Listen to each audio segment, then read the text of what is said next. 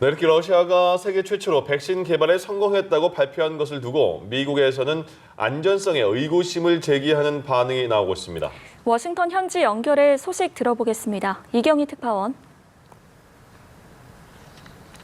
네, 앨릭스 에이자 미국 보건복지부 장관은 코로나19 백신을 세계 최초로 개발 등록했다는 러시아의 주장에 대해 안전이 중요하다고 반박했습니다. 아직 임상시험이 완전히 끝나지 않은 상황을 지적한 건데요. 대만을 방문 중인 에이자 장관은 ABC 방송과의 인터뷰에서 중요한 건 미국인과 전 세계인의 안전하고 효과적인 백신을 확보하는 것이라며 백신이 안전하고 효과적이라는 것을 보여주는 3상 임상시험으로부터 확보된 투명한 데이터가 필요하다고 말했습니다. 그러면서 미국은 12월까지 미 식품의약국 기준에 맞는 수천만 회분의 백신을 개발할 수 있고 내년에는 수억 회분을 개발하게 될 것이라고 내다봤습니다.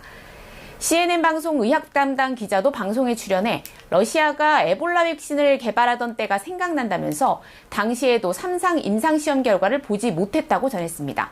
그러면서 당연히 자신은 러시아의 백신을 맞지 않을 것이라고 말했습니다. 미국 언론에선 러시아가 백신 명칭을 첫 인공위성 스푸트니크를 본따 지은 것을 두고 미국과 소련의 우주 경쟁 시대를 연상케 한다는 평가도 나옵니다.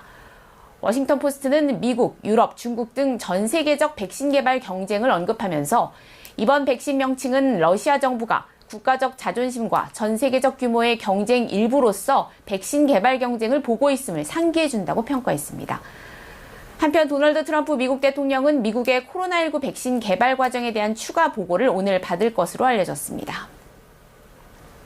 네, 그리고 어제 백악관 주변에서 총격이 발생해서 트럼프 대통령이 브리핑을 중단하는 사태가 있었죠.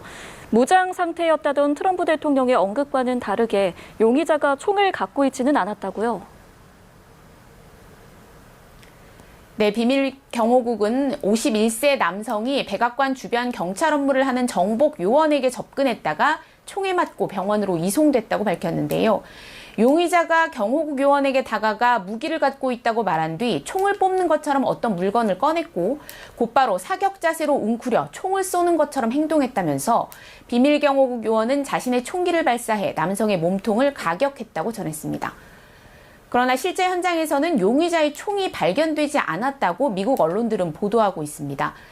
최종 수사 결과가 나와봐야 하겠지만 결국 용의자의 무기 소지 주장 발언과 사격 자세 탓에 총격범이라고 여긴 경호요원이 오인해 대응 사격에 나섰을 가능성이 있어 보입니다. 미국 수사당국은 총격을 받은 남성이 왜 그런 행동을 했는지, 정신병력은 없는지 조사에 착수했습니다. 지금까지 워싱턴에서 전해드렸습니다.